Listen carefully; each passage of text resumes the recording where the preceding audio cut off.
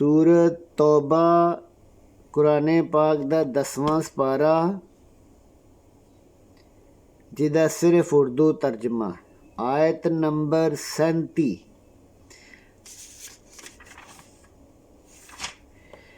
اللہ کے نزدیک مہینے گنتی میں 12 ہیں، اس روز سے کہ اس نے آسمان زمین کو پیدا کیا۔ کتاب میں 12 مہینے ہیں، ان میں سے 4 مہینے ادب کے ہیں، یہی دین کا سیدھا رستہ ہے۔ تو ان میں اپنے آپ پر ظلم نہ کرنا اور نہ تم سب کے سب مشرکوں سے لڑو جیسا کہ وہ سب تم سے لڑتے ہیں، اور جان رکھو کہ اللہ پرہیزگاروں کو دوست رکھتا ہے۔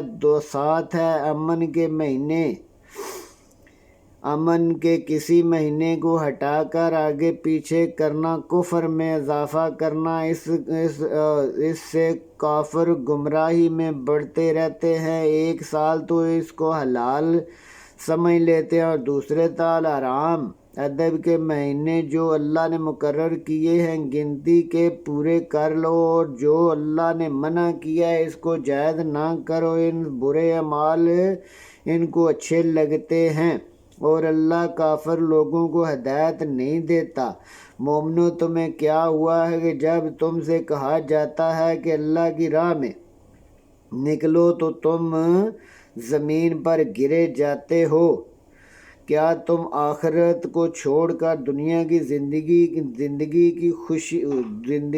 پر خوش ہو بیٹھے ہو؟ دنیا کی زندگی فائدہ تو آخرت کے مقابلے میں کچھ بھی نہیں۔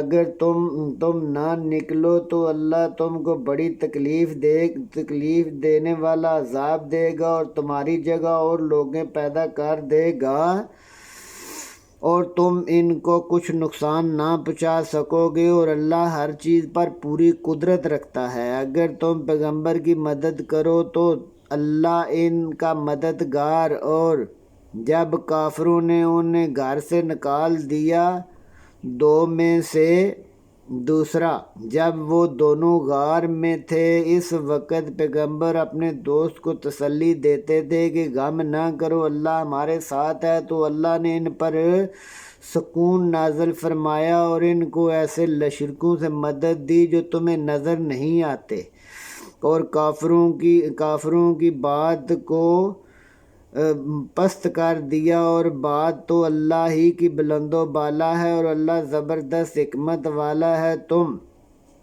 مالدار ہو یا غریب، طاقتور ہو یا کمزور، نکل آؤ اور اللہ کے راستے میں مال جان سے لڑو، یہی تمہارے حق میں بہتر ہے، بشرطے کہ تم سمجھو۔ اگر مال غنیمت آسانی سے ملنے والا اور سفر بھی آسان ہو تو تمہارے ساتھ چل دیتے، لیکن جب مشکل سفر اور دور دراز نظر آئی اور اللہ کی قسمیں کھائیں گے کہ اگر ہم طاقت رکھتے تو آپ کے ساتھ ضرور نکل پڑتے،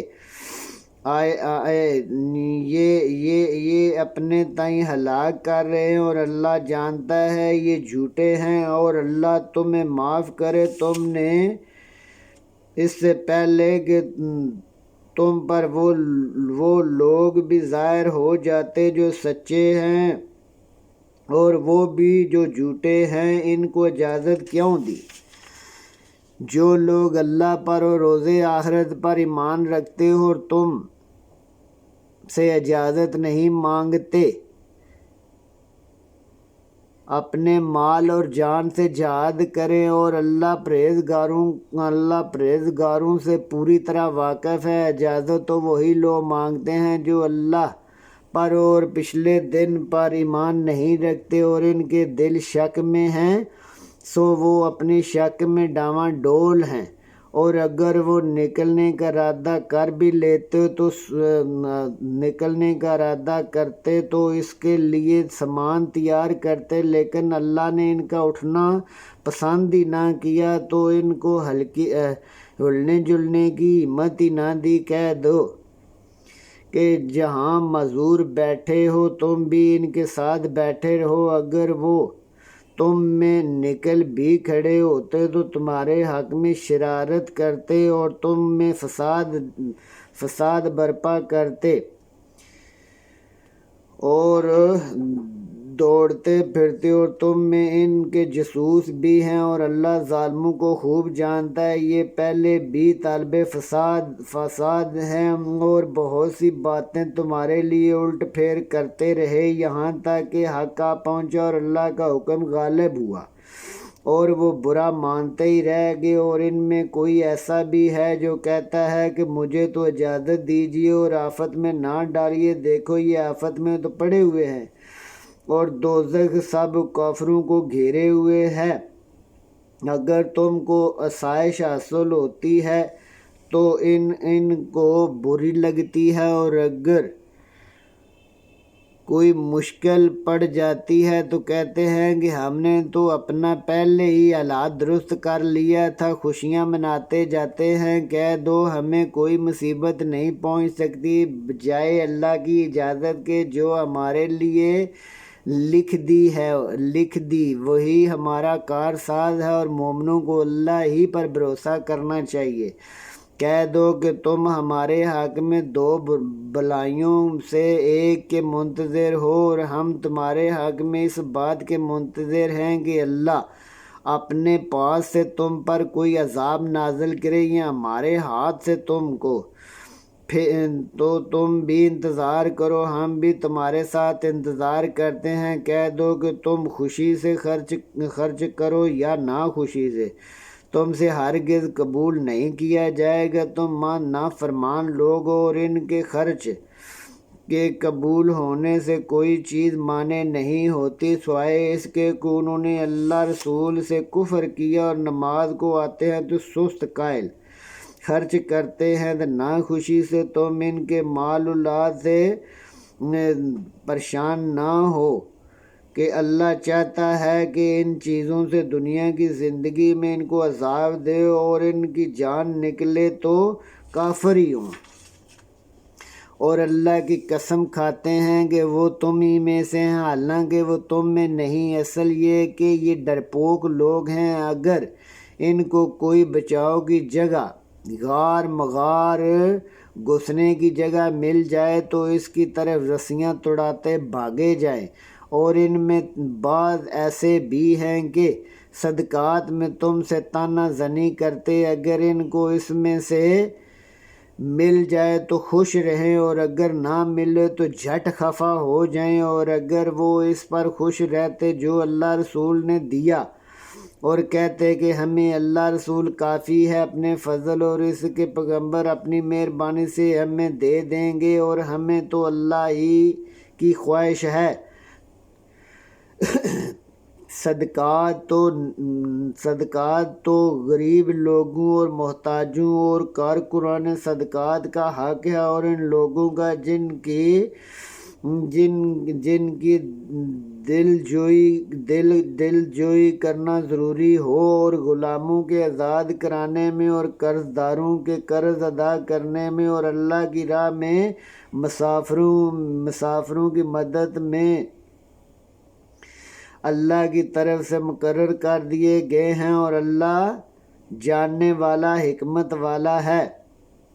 صدقات یعنی زکوٰۃ تو غریب لوگوں اور محتاجوں اور کارکنان صدقات کا حق ہے، اور ان لوگوں کا جن کے دل جیتنا ضروری ہے،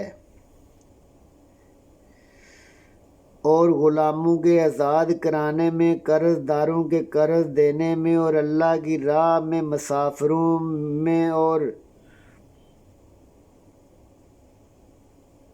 اللہ کی طرف سے مقرر کر دیے گئے ہیں، اور اللہ جاننے والا حکمت والا ہے۔ اور ان میں بعض ایسے ہیں جو پیغمبر کو تکلیف دیتے ہیں اور کہتے ہیں کہ یہ شخص کان کا کچا ہے۔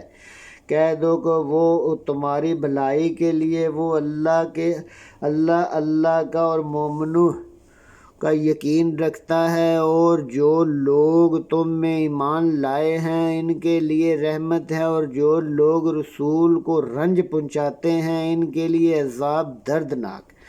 مومنو، یہ لوگ تمہارے سامنے اللہ کی قسمیں کھاتے ہیں تاکہ تم کو خوش کر دیں، حالانکہ اگر یہ مومن ہوتے تو اللہ رسول خوش کرنے کے زیادہ مستحق ہیں۔ کیا ان لوگوں کو معلوم نہیں کہ جو شخص اللہ رسول سے مقابلہ کرتا ہے تو اس کے لیے دوزخ کی آگ ہے جس میں ہمیشہ رہے گا۔ یہ بڑی رسوائی۔ منافق ڈرتے رہتے ہیں کہ ان پر کہیں کوئی ایسی صورت اتر آئے کہ ان کے دل کی باتیں ظاہر کر دے۔ کہہ دو مذاق کر لو، جس بات سے تم ڈرتے ہو اللہ اس کو ضرور ظاہر کرے گا، اور اگر تم ان سے دریافت کرو تو کہیں گے کہ ہم تو یوں ہی بات چیت کر رہے تھے، دل لگی کرتے تھے۔ کہو کہ تم اللہ اور اس کی وحی اور اس کے رسول سے مذاق کرتے ہو۔ بہانے مت بناؤ، تم ایمان لانے کے بعد کافر ہو گئے ہو۔ اگر تم میں سے ایک جماعت کو معاف کر دیں تو دوسری جماعت کو سزا دیں گے، کیونکہ وہ گناہ کرتے رہے۔ منافق مرد اور منافق عورتیں ایک دوسرے کے ہم جنس برے کام کرنے کو کہتے ہیں اور نیک کاموں سے منع کرتے ہیں، اور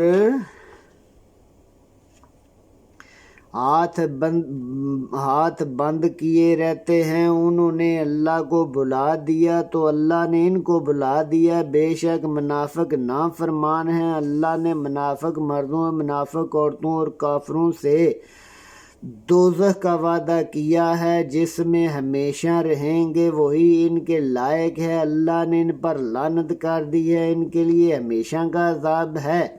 ان لوگوں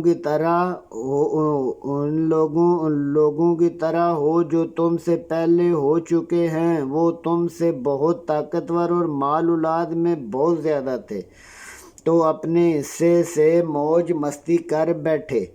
سو جس طرح تم سے پہلے لوگ اپنے حصے سے فائدہ اٹھا چکے ہیں، اسی طرح تم بھی فائدہ اٹھا لو، اور جس طرح وہ گمراہی میں ڈوبے ہوئے تھے اسے تم بھی گمراہی میں ڈوبے رہو۔ یہ وہ لوگ ہیں جن کے اعمال دنیا اور آخرت میں تباہ و برباد ہو گئے، یہی نقصان اٹھانے والے ہیں۔ کیا ان لوگوں کی خبر نہیں پہنچی جو ان سے پہلے تھے؟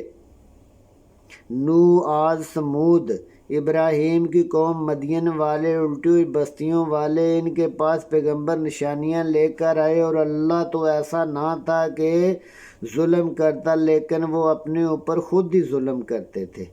اور مومن مرد اور مومن عورتیں ایک دوسرے کے دوست ہیں، اچھے کام کرنے کو کہتے ہیں، برے کاموں سے منع کرتے ہیں، اور نماز پڑھتے، زکوٰۃ دیتے، اللہ رسول کی اطاعت کرتے، اور یہی لوگ ہیں جن پر اللہ رحم کرے گا۔ بے شک اللہ غالب حکمت والا ہے۔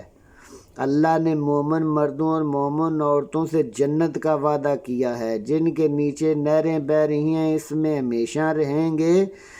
جنت جاودانی، نفیس مکانات اور اللہ کی رضا مندی تو سب سے بڑھ کر ہے۔